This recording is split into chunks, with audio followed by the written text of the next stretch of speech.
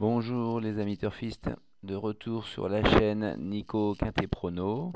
Après une petite période off en raison d'absence de Quintet Plus de trop, on se retrouve pour ce mercredi 6 avril, un Quintet Plus à Agen. On revient vite fait sur le vendredi 1er avril à Anguin où on a eu 100% de réussite avec le béton, le copain et le coquin, 3 sur 3 et le Quintet Plus que vous pouviez jouer soit en combiné ou en champ réduit avec Farah Deco, troisième 6 contre 1, Eline, deuxième à 8 contre 1, et le coquin, Vicky Laxmi qui est fini cinquième, qui n'a pas les coups des franches, qui aurait pu mieux faire. Je vous avais alerté dans les dernières minutes en vous disant attention, il y a beaucoup d'argent placé sur lui. Donc ça s'est confirmé, hein, donc pourvu que ça dure. Là on arrive sur une course internationale de groupe 3, dotée de 64 000 euros sur les 3100 mètres à l'attelé pour tous chevaux de 6 à 10 ans avec un recul de 25 mètres à partir de 280 000 euros. Ils seront 16, 8 partant au premier échelon, 8 au second échelon. Mais il y a vraiment une classe d'écart entre les deux échelons. Là, un peu de prétendants aux 3 premières places pour moi au premier poteau. Il y a véritablement 7 favoris qui se détachent, mais combien vont décevoir, hein. Après Cache du Rib, voilà, c'est un peu plus compliqué pour tous les autres. On est sur un parcours corde à droite qui met tout de même un peu d'incertitude sur certains favoris, hein. Il va falloir être un cheval de tenue impérativement sur ce tracé qui est quand même assez sélectif. Il y a de longues lignes droites, mais attention, le dernier virage est quand même assez déportant vers l'extérieur et les finisseurs qui viennent de l'arrière, s'ils ne savent pas très bien virer à droite, peuvent perdre du temps dans ce dernier virage, hein. Donc voilà. Quelle sélection on va prendre pour ce Quintet Plus? Pour moi, c'est Rebel Amateurs qui doit l'emporter. Elle est certes peut-être légèrement de niveau inférieur à Fedo 7, mais elle a l'avantage d'être sur 9 sur 9 corde à droite.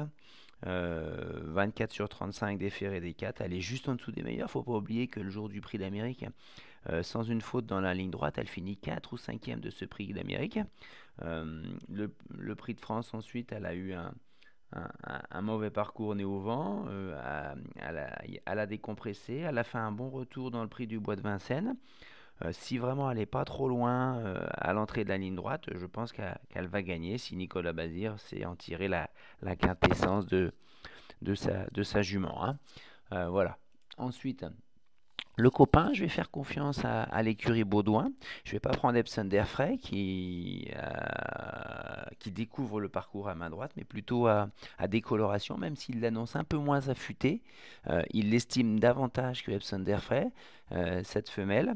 Elle est certes parfois intermittente, avec quelques fautes au départ notamment, mais elle a des performances de 6 sur 14 cordes à droite, un 2 sur 3. Deux victoires en 3 courses sur le parcours et une troisième place. Elle part, si elle ne fait pas la faute, elle part assez vite. Elle est déférée des 4. C'est une très bonne chance pour finir dans le quintet, je pense. La victoire sera peut-être un peu compliquée.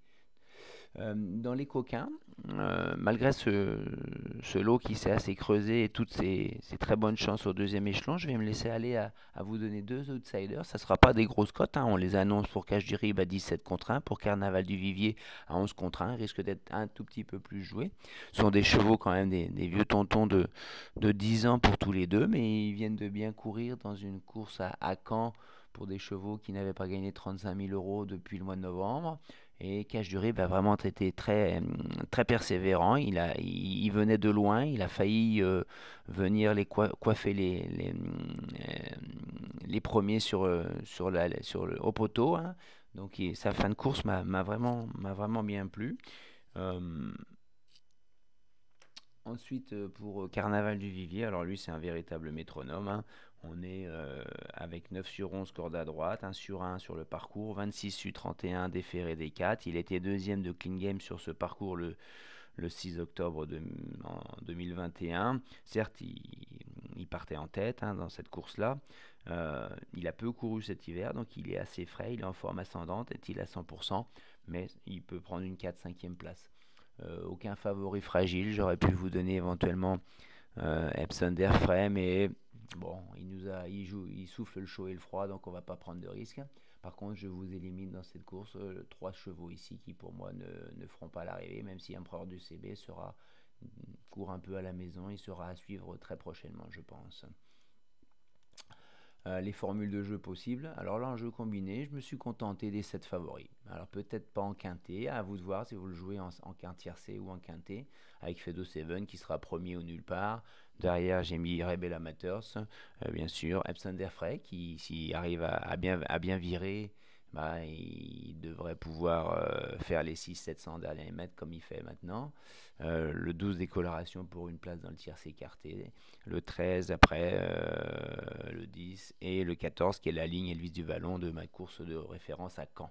Ensuite, en champ réduit, eh ben, on part avec le copain, le béton, cheval en béton, le cheval copain et le coquin ici ou ici, le 10 ou le 13, et on y associe ces chevaux-là. Ou alors on peut les faire en champ réduit, en quartier plus.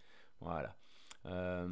On se retrouvera mercredi à partir de 13h le jour de la course dans les commentaires de cette vidéo pour une dernière minute qui porte bien ses fruits à partir des codes, des masses d'enjeux, des bruits de sabots.